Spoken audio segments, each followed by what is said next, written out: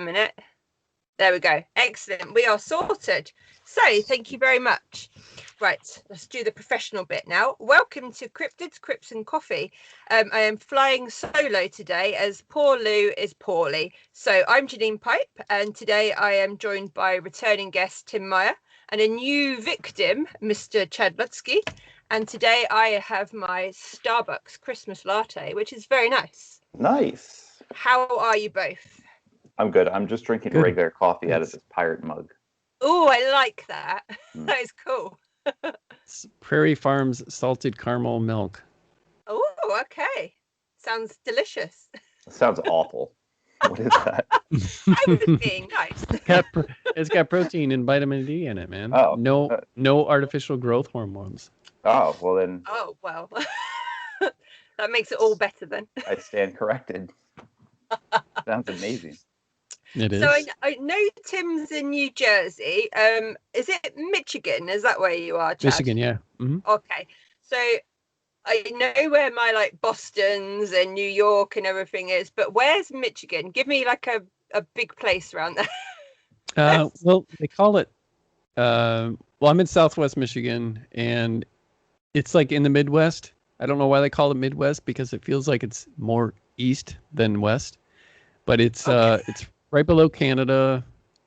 It's the thing that's shaped like a glove at the top of the U.S. I don't know if you're familiar, and it's surrounded by lakes. But what are you next to? Which states are you next to? Either side. Below us is Indiana and Ohio. Okay. But there's huge bodies of water.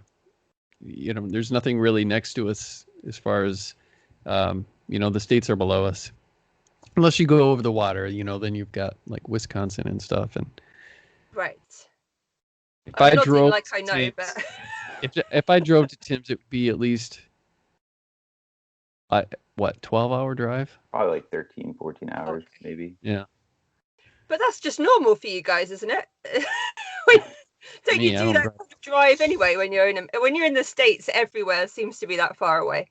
Yeah, I guess that's true. Whereas I can go from the bottom of Britain to the top of Britain in that time and be done. Yeah.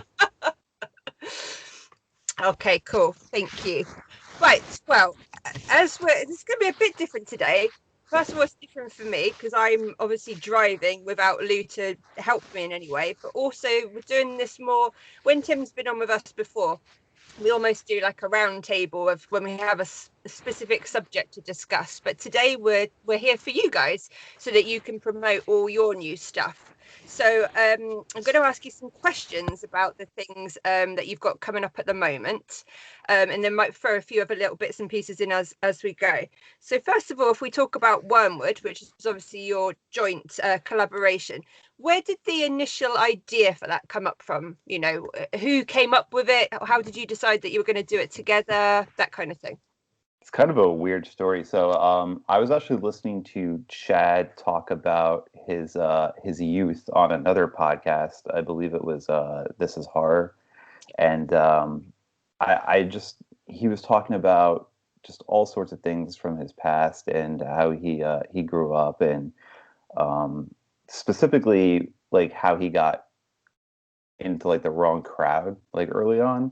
And I don't know, that kind of struck a chord with me, and I kind of developed this idea in my head for a story.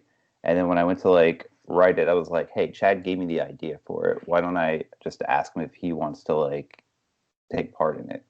And so I reached out to him, and he was kind of interested. The idea I originally had was because my mind always goes to like a supernatural, occult type story. And he was like, hey, I like the idea, but can we do without the supernatural stuff and just make it like a real story that's rooted in real life with real life stuff? And I was like, sure, whatever you want to do. I was a big fan of Chad's work, so just the opportunity to work with him was like a dream come true. Oh gosh. Wow, that's awesome. Yeah. So how much of it is based on reality and how much of it is completely made up? Well, the stuff that Tim is talking about, like hearing me talk about when I was on the This Is Horror podcast, they asked me, Michael David Wilson asked me something about, he's like, so you were on probation when you were 12 years old. And I was like, how did you know that? I don't know how he knew that, but it's like, wow, okay, you did your research. Yeah. When I was 12, I had some neighbors that were kind of like my best friends, and their older brother started introducing us to like weed and drinking and stuff. So that summer, by the end of the summer, I was like alcoholic, man. And I was only 12 years old, and we did some really stupid stuff. Like we broke into a house and we tried breaking into another house, and I ended up getting on probation and kind of scared straight for a little while. And I think on the show I may have been talking about empathy too, and about how it's sad how influenced young people can get, and then end up in prison for life by getting caught doing something stupid, when kind of that's not really them. It's like it's them in that moment. It's them in that kind of feeling invincible, because this is how we all feel when we're young. Like we can't get caught, we can't die from drugs or alcohol or drinking and driving or anything stupid like that. And we just when you're under the influence of that lifestyle, not even necessarily in the moment of being drunk, but when that's kind of your lifestyle, you have this mindset that's not healthy. And so you end up doing really stupid stuff, and you don't understand things like consequences. And so I was really thankful to be able to not do anything really, really stupid. It wasn't the last time I ever was put on probation or arrested or anything like that. But and it's been 30 years since I've been in any kind of trouble or done anything like that. It's not, that was just me, when I was young, and then for years, a little while afterwards. But there isn't really anything other than just like kind of like that mindset. There isn't really anything that's like true life as far as I know in the book. It's all complete fiction, and just being able to be familiar with being in that moment, and then in love too. There's a lot of stuff about like trying to figure love out, and if this is this love that I feel, is this lust, what is this strange feeling for the first time for a 14-year-old boy. And I think we can all relate to, guys and girls, we can all relate to that, because it's just such a smack in the face when it happens. And then when you start to feel that, you'll do just about anything for this brand new, it's almost like a drug, that feeling itself, finding love. Yeah. All the raging hormones going on as well lead you to make really stupid decisions and things. Yeah. Awesome. So that kind of answered the next question that I wanted to ask as well, which was how did you get into the head of a 14-year-old? Obviously you've both been there, but not being rude, it wasn't just a few days ago. Well, for me. Yeah, well, you're the baby, Tim. And obviously, Tim, your son's much younger. But Chad, you've got, I know your children are a bit older anyway. Are they teenage kind of ages? No, I have a daughter. Pardon me, I have a daughter in her early 30s, and I have my boys are 15 and 24. Oh, okay. So they're all way spread out, like 9 and 10 years apart. Yeah. But, Did you use the 15-year-old at all for any of the mindset of your character in this, or was it all just remembering what you were like? I've got a great memory, and I have what I feel is a pretty good ability to be empathetic, I guess. And just I have just such a great understanding of that mindset, just because it was such a long, hard road for me, and I feel like as I grew up too, I was kind of a late bloomer, I think emotionally, where I didn't mature as fast as maybe some people. So I would rely on things like, for example, some of my friends, we'd party and stuff, and I was always like kind of like the guy that like I would have a friend, and maybe he bought a 6-pack, and that 6-pack would be in the fridge for a week, and I'd be like, what are you doing?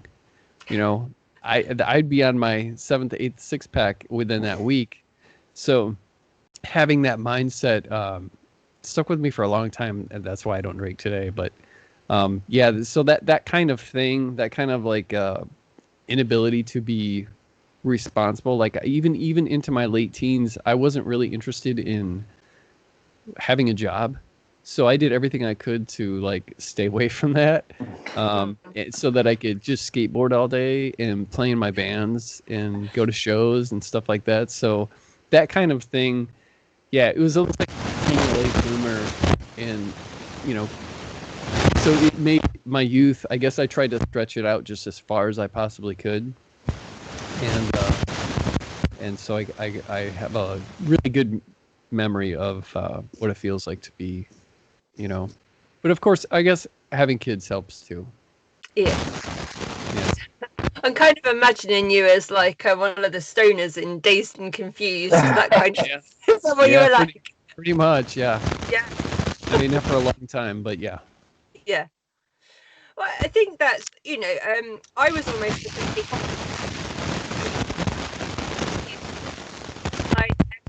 to do. So I was really, I kept on the straight and narrow all the way through. I had friends that did, that drank and shoplifted and all that kind of stuff. And I knew I had to stay away from that, because if you had any blemishes on your record, even as a kid, there's no way I would have been able to get into the police. Yeah. But, I think it's one of those things that we all like take from our own experiences when we write. And so the fact that you have kind of like lived through all of that, and now you can look back on it in a different way and then present it into your writing, I think that's amazing. And it's a lot easier for you to be able to do that, and it will come across as more realistic as well than somebody who's going, I wonder if I can pretend what this is like. And I know as writers we do pretend, that's what we do, we make stuff up. But if you've got any kind of like I said, empathy towards that, it just makes it feel more natural. Yeah I think it helps. Definitely. And how was writing as a 14-year-old for you? Because how did you do it? Did you do like a chapter each? Did you do it from different point of view, or? So like really early on, we had decided that our styles were completely different, and that if we did do that alternating a chapter, like the reader would know immediately who wrote what, and we didn't want that to be a distraction. So we decided to talk about the story first, and just like take mental notes and just really hammer out all the ideas that we wanted to put into it. And then I wrote like 3 chapters, and then I handed it to Chad, and then he kind of went over it and put his like voice in there and changed some things around. And then he gave it back to me. I would read it, and then I would work on the next like 3 chapters and hand it back to him. And that's kind of how we went back and forth with it. Oh, I like that idea. That's really interesting. Yeah, because as you say, you can quite often in collaborations, you can definitely tell that person wrote that bit. Yeah. So that's a really good way to do it. Yeah, and I've read collaborations like that, and it's not that it's wrong. It's just for me as a reader, like I get distracted very easily, and when that shift in voice comes, it kind of like throws off the story for me. So we definitely didn't want that for Wormwood. Yeah. And how did you find that, Chad, sort of like when you got the stuff from Tim? Was it easy to go in and then add little bits to it, or did you have the harder part, would you say? I don't know that I would say I had the harder part. It was difficult, to be honest. It was because part of that was I felt like I felt kind of like an asshole doing it, because I would take giant sections out that Tim had worked really hard. Sometimes a whole chapter, and then rewrite it or something, and trying to search for things that I don't. It didn't make me feel very good. But Tim, as I got to know him and realized he's not really that concerned, and he was more for the story rather than I need to have my thing shining in here. And so, but if he was arguing something, he was like, no, I really want that, then unless it was supernatural, then I would stand down and be like, yeah, okay, let's do that then.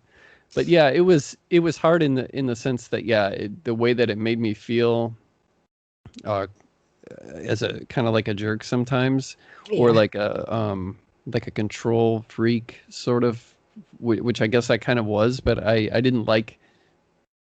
Maybe I thought of myself more than than Tim did. I don't know, but yeah, that part of it didn't make. You're still That part talking, was so it must have been all right. Yeah. yeah. Yeah, and we both ended up with there was minimal, um, there weren't very many things where we like argued about having this in or taking this out or what it is pretty minimal when we were writing the Yeah. book. I can't recall like really anything that I was like mad about that was cut or anything.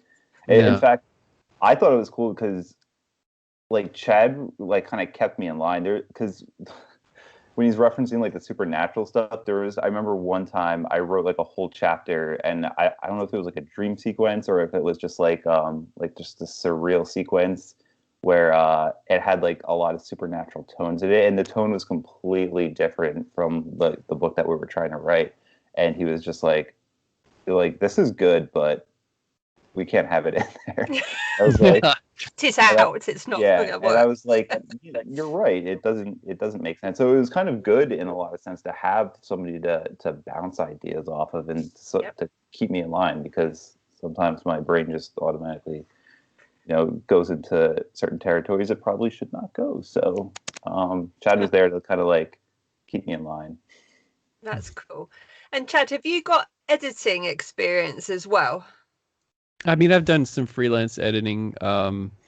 I've edited like 2 or 3 of Dan Padavana's earlier books, and some other, a couple of short stories, novellas, I think a novel, but I mean, not a whole lot, just to, kind of grab some money. But I'm pretty good at, I'm pretty good with grammar and with English and stuff. I wouldn't say I'm the best editor, but I think because of my education in that field, even before I started writing, that it helped pay off and helped me, become a decent editor. Awesome. Thank you. So after what I would call is that there has been a success already with Wormwood, and obviously at the moment it's only come out through. It's just Nightworms and Thunderstorm at the minute, isn't it? Mm-hmm. Then it's Yep. the 16th that it's with Yeah, Silver couple Shamrock. days. Yeah. Yeah, So, like 4 more days. and it's already been, everybody that's read it is raving about it, and the pre-orders are sky high and all that kind of stuff. So do you think that there will be more collaborations in the future? Is there going to be any more in the Wormwood universe or anything like that you can say? I don't see anything in the Wormwood universe. I think the story's been told. I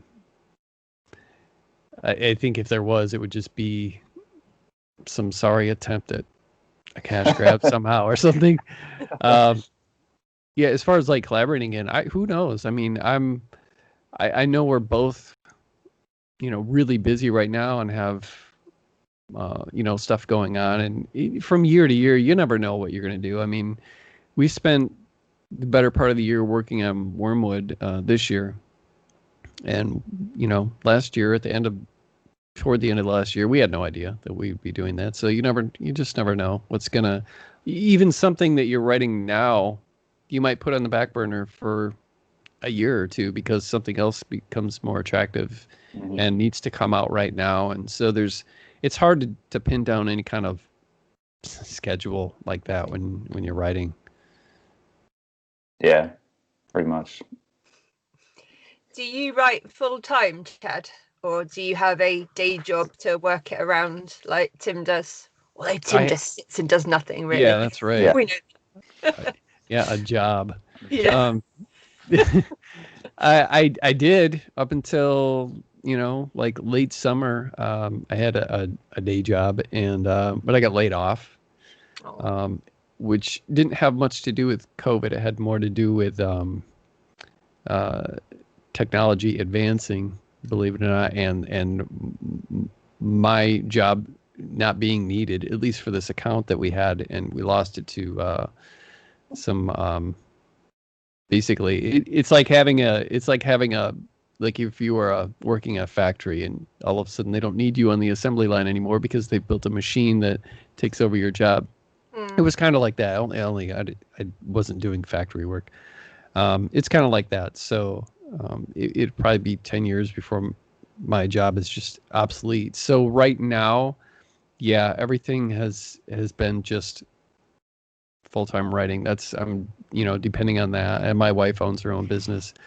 So between the two things, I mean, I'm in no position with my writing to be like, oh, I can just sit back now and do this full time because I make enough. I mean, I have my Patreon page and selling short stories here and there, and then royalties from different publishers, and then I self-publish a lot of my stuff. But still, all of that together doesn't make up for the loss of the job. But I mean, I'm staying afloat. It's been challenging, but yeah. I wonder how many people that aren't in our business actually realize how little that we make from sales. I don't think people do. When they go into Waterstones is our big chain of books stores like Barnes and Noble over here. So when you go in and you see a book for like £20, £25, I imagine they think that the writer gets all of that. So every time we sell a book, one of the anthologies that I've just had a story in, the 25 Gates of Hell, and that's got Brian Keane in it, so it's done, it's doing okay. But the ebook's 99 cents, and I think every time my Bundle Rabbit account comes through, kind of thing, I get 2 cents. What can you do with 2 cents? I appreciate every penny, obviously, and the exposure and all of that, but I don't think people realize that you make pennies sometimes, especially on royalties of anthologies and things. It's crazy. Yeah, I don't do it sounds like you're doing maybe a royalty split with the see, I don't even do that anymore. I did it once, and I've been paid once in the past maybe 4 or 5 years. So I just don't even, and it has more to do with the publisher. I'm glad that you're at least getting those pennies that you've earned, but I won't mess with royalty split at all. Yeah, I have one too. I get like 20 cents like every couple months. It's nice when it builds up, but it takes a while. Whatever. Okay, what have we got? Okay, so let's move on to individual then. So Tim, what can you do? You've obviously got Dead Daughters on the 22nd. Yep. Is that right? Dead Daughters. Doing good with my dates. Yep. And then your huge, massive Malignant Summer, which will be out next summer. What can you tell us about those? So Dead Daughters is a re-release of a book that was published earlier this year. It is a horror thriller, more along the lines of like a thriller than it is horror. But it's basically about a guy who receives a picture in the mail of his dead daughter, and which he thinks is impossible because he just put her to bed like 10 minutes ago. And so he kind of gets wrapped up in like this whole I guess like conspiracy theory, and just like this whole investigation that gets launched from receiving that picture, and he has to kind of try to figure out what exactly is going on and who's like stalking his family. So that comes out the 22nd from Silver Shamrock. They just dropped a new cover reveal a few days ago. It looks amazing. It's fantastic. Yeah. Keelan Patrick Burke did it.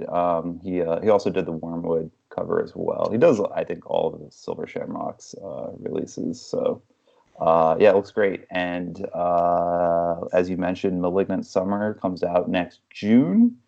That is a whopping 200,000 word. Well, it was 200,000 word, and I just took 10,000 words out of it. So now it's 190,000 words. It's fine then. yeah, big difference. But yeah, that comes out next June. It's a really big coming of age novel. It's kind of centered around my hometown in the 90s, and it's based on, I guess, true events.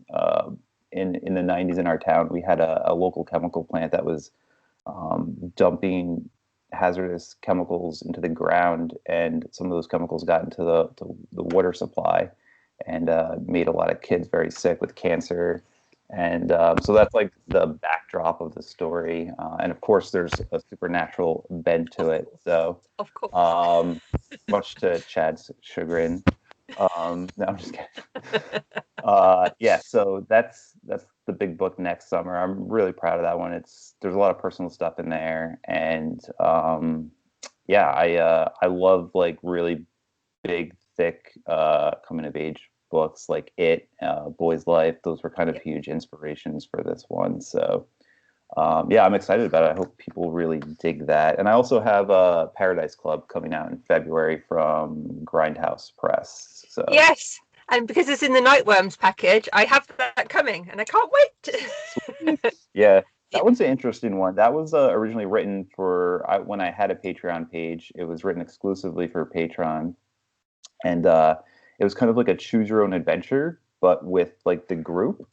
All the patrons got to vote on what would happen to the characters and some of their choices. So yeah, it's kind of like an experimental novel, and I think it turned out pretty good. So Grindhouse was interested in publishing it, so I'm pretty happy with how it turned out. Nice, excellent. Are you going to do another video signing all the things? Yeah, I don't know. I don't know. I hope this year the pandemic kind of I don't think it's going to go away, but I think things are going to get a lot better going into the summer. So hopefully we'll be able to do some live events, and hopefully some conventions will come back, and we'll be able to do some of them safely. So that's my hope for 2021 is to get out there and do signs, because I really miss doing them. Like I used to do a few a year, and it's just a good time. Definitely. I actually the video that you two did when you were doing the signing was it was hilarious. And Chad, I have to applaud you for your originality. Whenever Tim was like, right, Chad, can you just take over for a bit? And you were like, here's my socks, and here's this pebble that I've painted of the dude from Salem Slot. It was brilliant. It was real like spur of the moment. I'm like, shit, what can I show you guys? That was good. I did enjoy it. Okay, thank you very much. And Chad, obviously you've got Bloodletter coming out, which I was privileged enough to read as a beta reader and loved it. What can you tell us about that? It's it's this thing that I did that I it's my version of selling out, I guess, in a sense of kind of writing to market. And it's not, I'm curious to see how much of my readership that I have right now will even enjoy it, because it's so completely different, isn't it? It's so different than at least the topic, not necessarily the writing and the prose. That's me. And you'll know, if you're familiar with my stuff, when you read it, you'll be like, yeah, that's definitely Chad. But just the topic, the whole thing with vampires, and there's a hint of romance in there. It's not like any kind of Twilight clone or anything like that. It's grittier than that, and even a lot grittier than when you read it, because I've changed quite a bit of it after hearing back from beta readers and sitting on it and going over it again.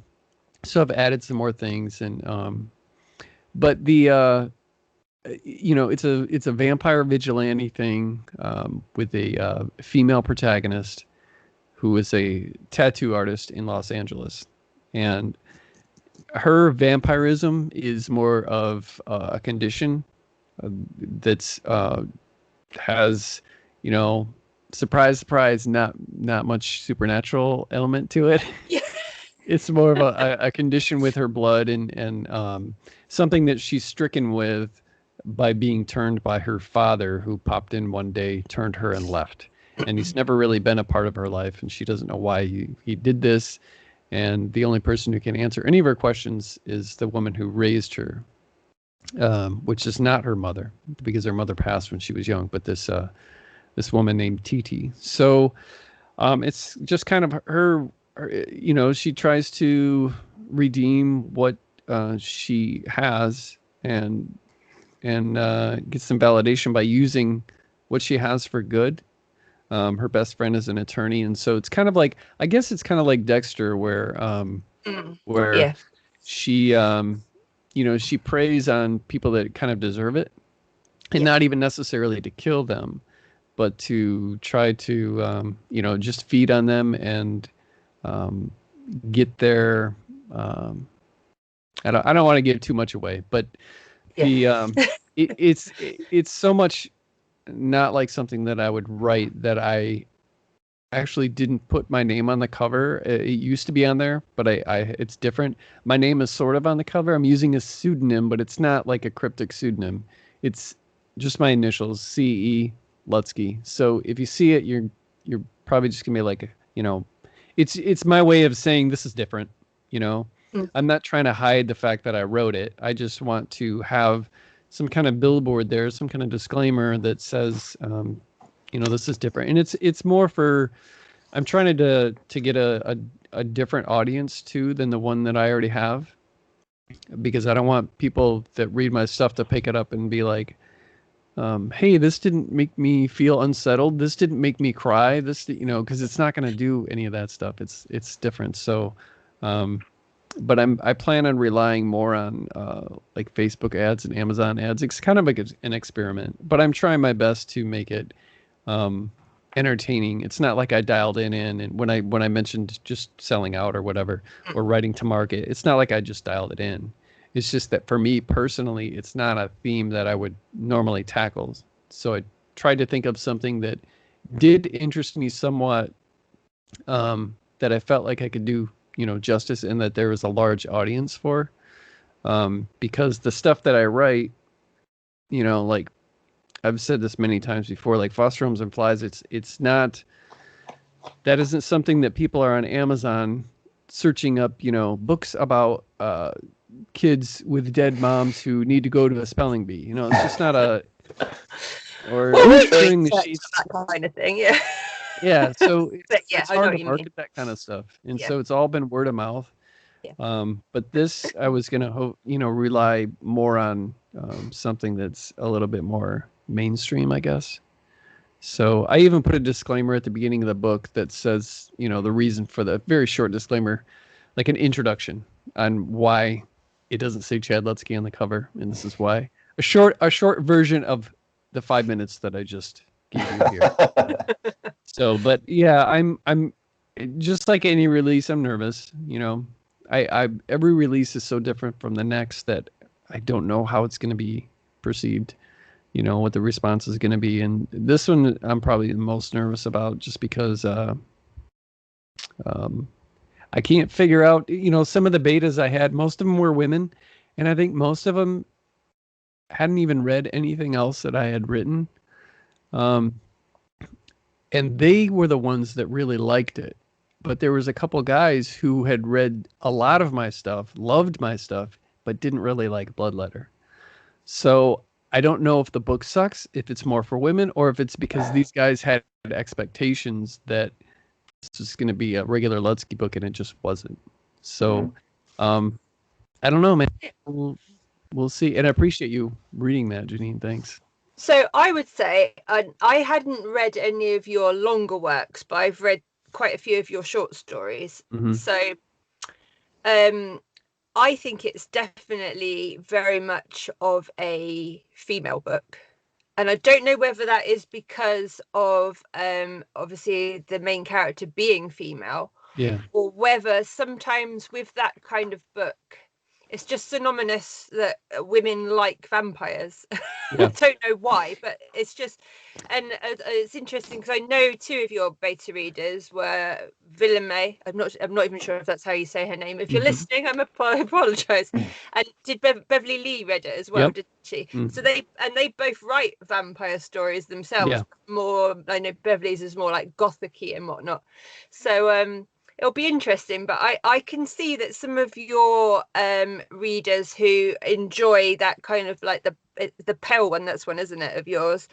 And people like that are definitely not going to, I'm not going to say they're not going to like it, but will be surprised, I think, that because it is very different. But like you said, you're marketing it almost like as a completely different thing anyway. Yeah, and I should mention that it's book one, Blood Letters book one in the series, and the series is called The Hamato Pages.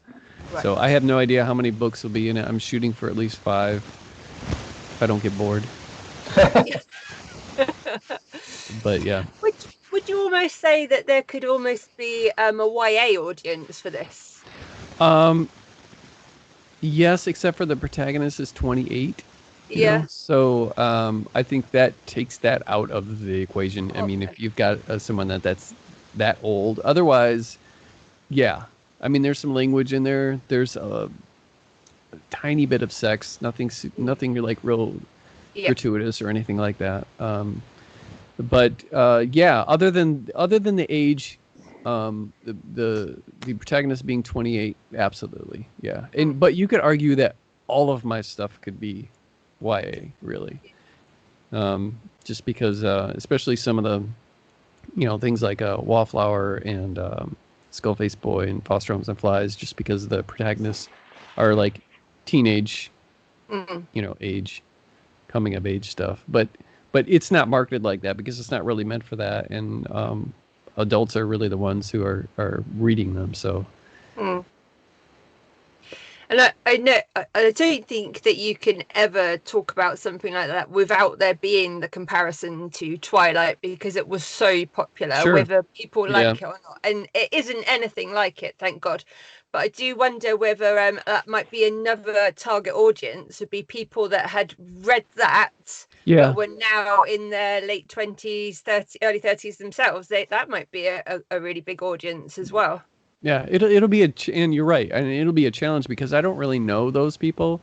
Like my readership that I've built over, the years is they come to me for kind of one thing. I mean, not to say that all my books are the same, but especially like, Skullface Boy or Neon Owl, when you stand them next to something else, like The Same Deep Water as You, they're all just 100% completely different books, and even kind of experimental like this one is. But this is the more like truly like mainstream thing. And so to try to find that audience that you're talking about, like the Twilight fans, or at least like the vampire fiction fans, and see if it's, because it's a fusion between my voice and something that has a much wider audience. It's just a matter of trying to find those people too, and then maybe they'll like the other stuff, or maybe they'll hate my other stuff. I don't know.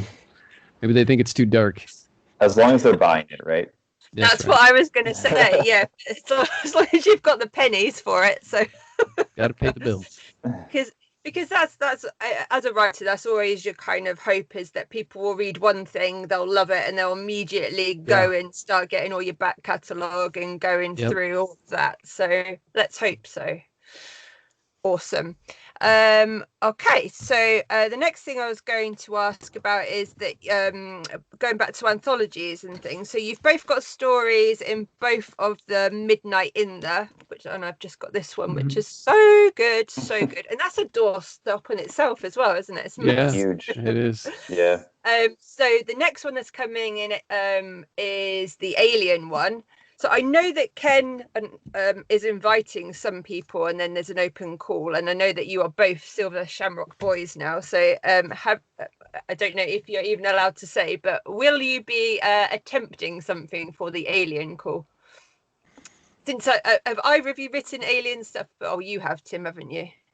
I love Alien stuff, and like when I heard the premise for this book, I was like, I have to get a story in there. I haven't been like officially invited yet, or I don't know if I will be at all, but I'll definitely probably submit something.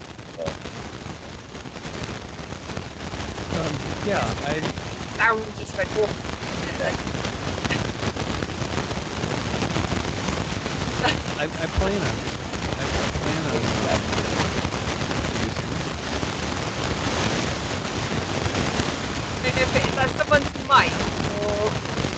doing? It's I like can't. static.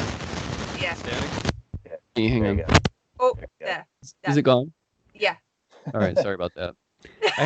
I think there's a short in my cord or something. I don't know what the deal is, but yeah, Weird though, because we were talking about aliens and then it Yeah. happened. yeah, yeah, they're Sorry, listening. Chad, go ahead. Are you going to Um, try? I think so. Yeah. Ken had mentioned something, and I've seen the cover, and I probably will. I've written some alien type stuff before, in some anthologies, but yeah, I'll probably. It's something that I'm not even. I think I think I have it on my board here. Yeah, Midnight in Outer Space, deadline April 2021. So I do have it on my thing here, sticky note, but I haven't even considered. I'll probably start writing it in March. Wow. That's because you're a professional. See, I've got it stuck up there as well because I really, and Ken did say to me I should go for it. But I've never done anything alien before. And I keep coming up with these amazing ideas. And then I realize that's like the premise of Event Horizon or something. So I've got to come up with something that isn't a movie I've watched. But yeah, it's quite a broad scope as well, isn't it? Because it doesn't just have to be UFOs and little green men. There's so much you can play Oh, with. sure. Yeah. I think it's going to be amazing. If it's anything like the previous anthologies, it's going to be absolutely fantastic. So Yeah. I'm very glad that you're both going to be trying. And Ken, if you're listening, invite Tim.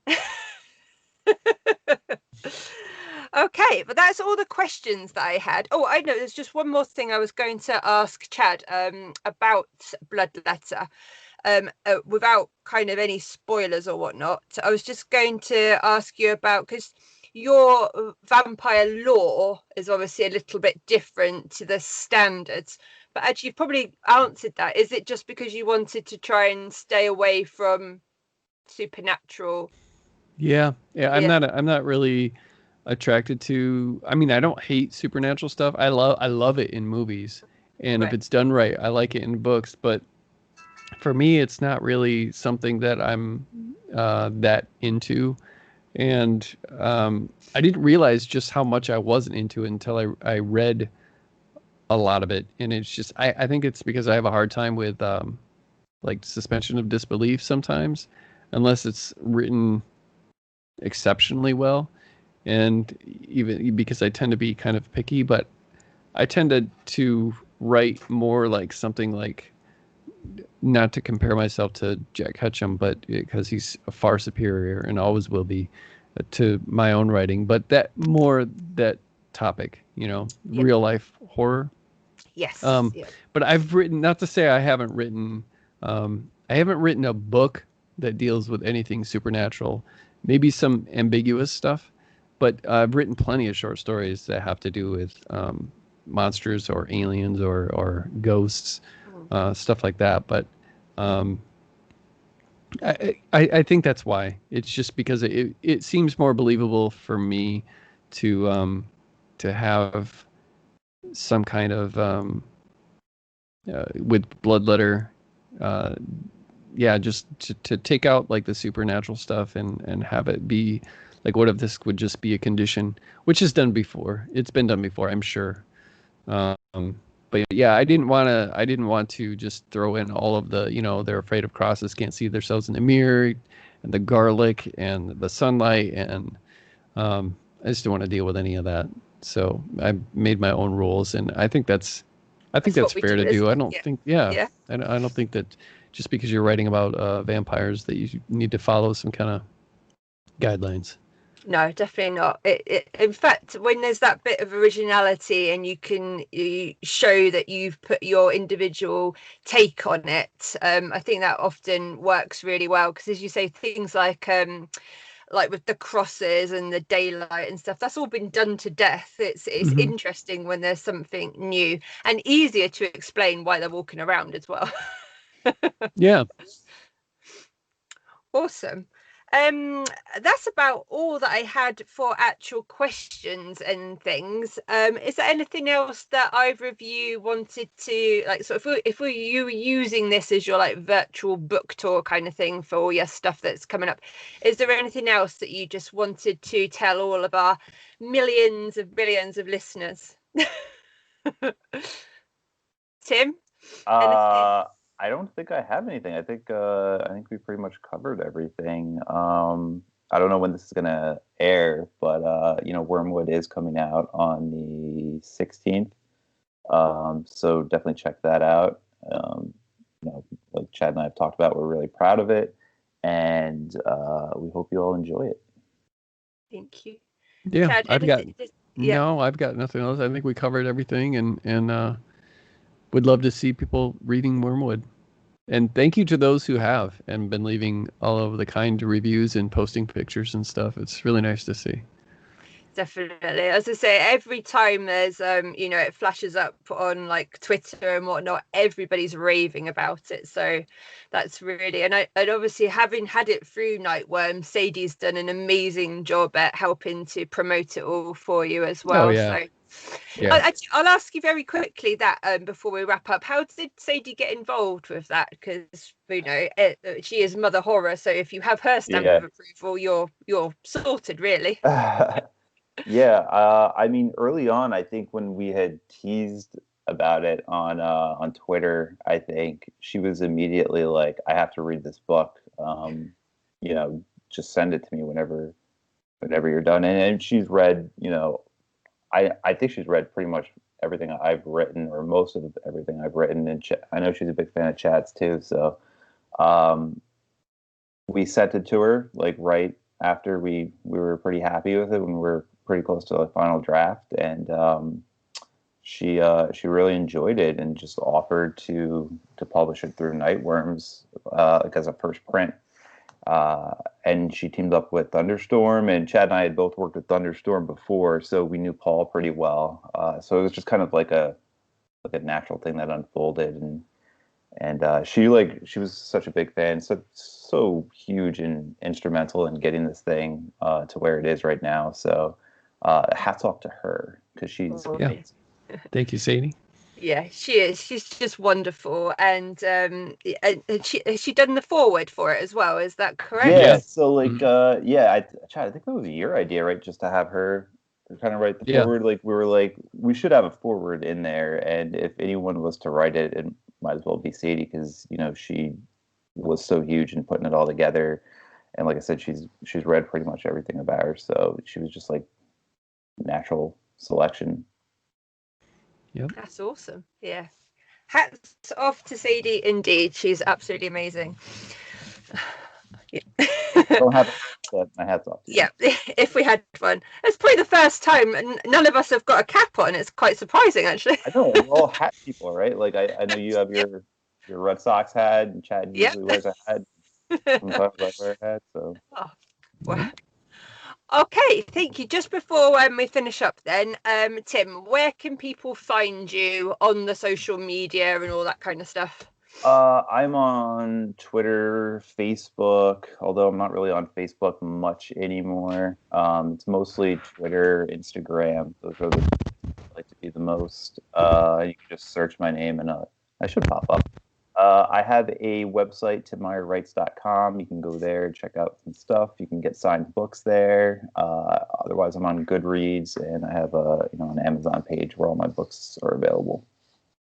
Are you ever going to update the photo? Maybe. I tried.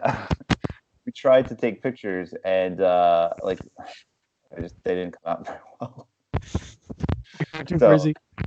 Yeah, the hair's just ridiculous, and it's tough to get it to look good on camera. So I don't know. I don't know if we'll ever see a long hair author photo.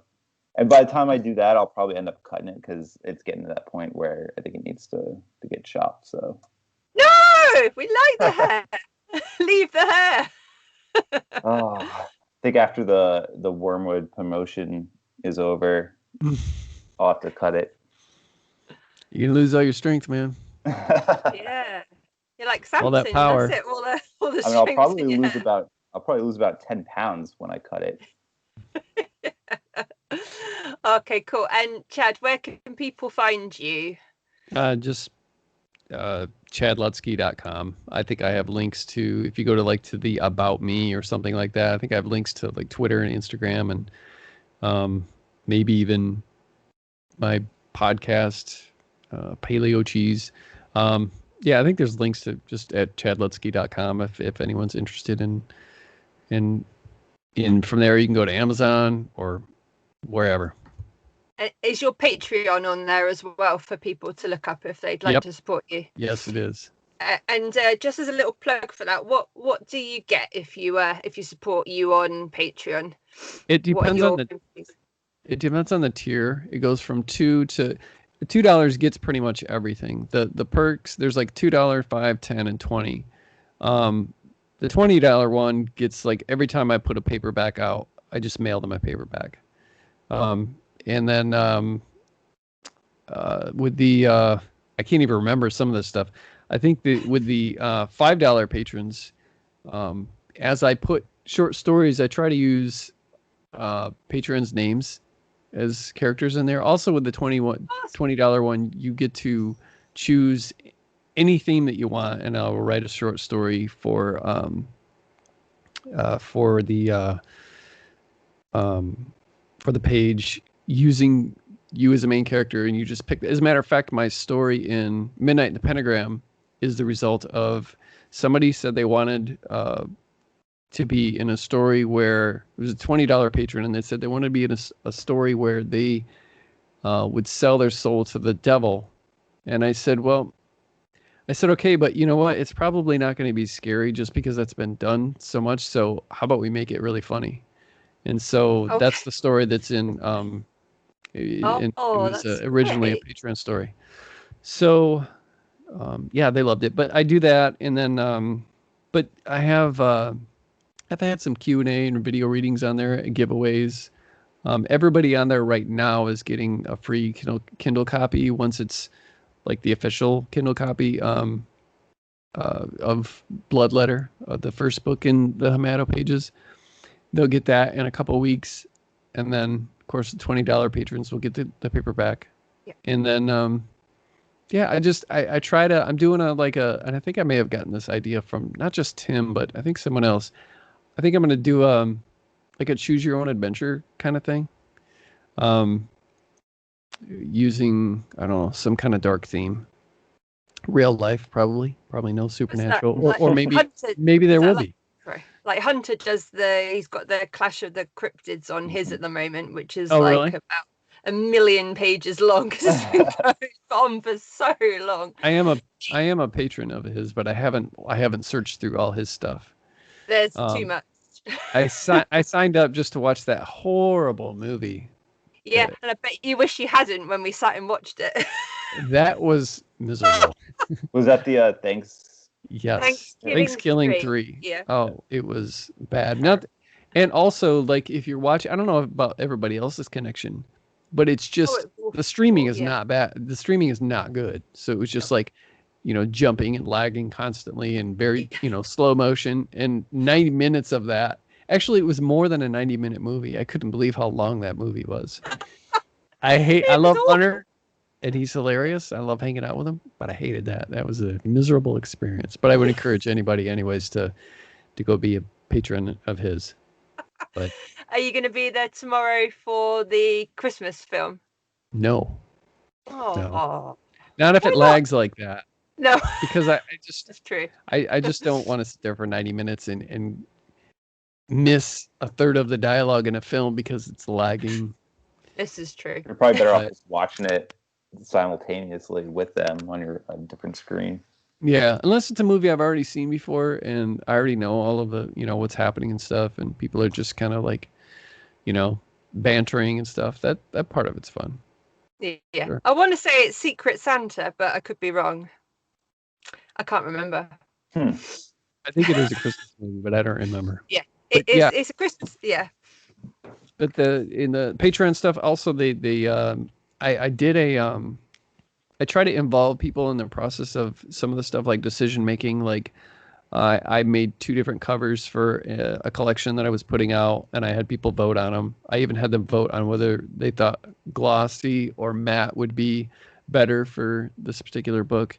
And all of the stories in it were Patreon stories. And then when it came out, I only ever allowed the paperback to be available to my patrons, and they were all signed copies. So if anybody owns a copy of Spicy Constellation and other recipes in paperback form, it's either because you were a patron or your family members or like my best friend here in town or something. Nobody other than that, it's not available in paperback.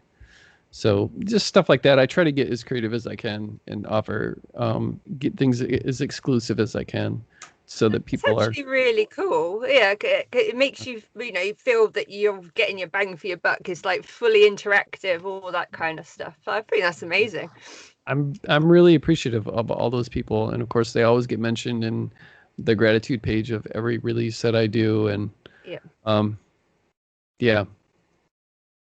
Awesome. Okay. Well, thank you both ever so much for your time, because I know it's still quite early for you over there, whereas it's getting towards tea time here, so it's getting dark actually. And it's been a pleasure having both of you. I wish you all the success with your future releases, and when this does go out, which probably won't be till at least next week, by the time Lou's done all the editing, but I'll tag you and let you know. So Cool. Good luck with all the releases, and thank you very much. Thank you, Janine. Thanks, Okay, Janine. take care. Bye. Bye.